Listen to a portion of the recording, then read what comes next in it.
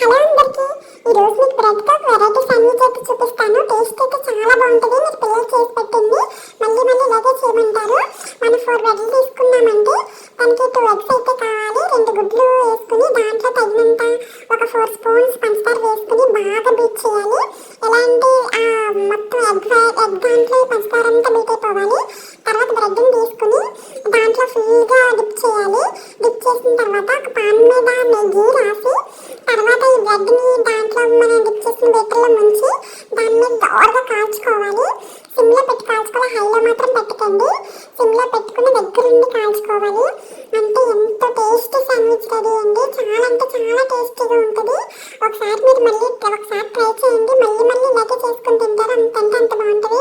మీరు పిల్లలు చేసి పెట్టారంటే మళ్ళీ మళ్ళీ ఇలాగే చేయమని అంటారు. అంత టేస్టీగా ఉంటుంది ఈ శాండ్విచ్.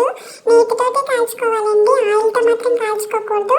మీరు ఎంత అయితే బీట్ చేస్తారో ఎగ్ని మీరు షుగర్ని అంత టేస్టీగా ఉంటుంది ఈ శాండ్విచ్ అయితే. టేస్ట్ అయితే చాలా అంటే చాలా బాగుంటుంది.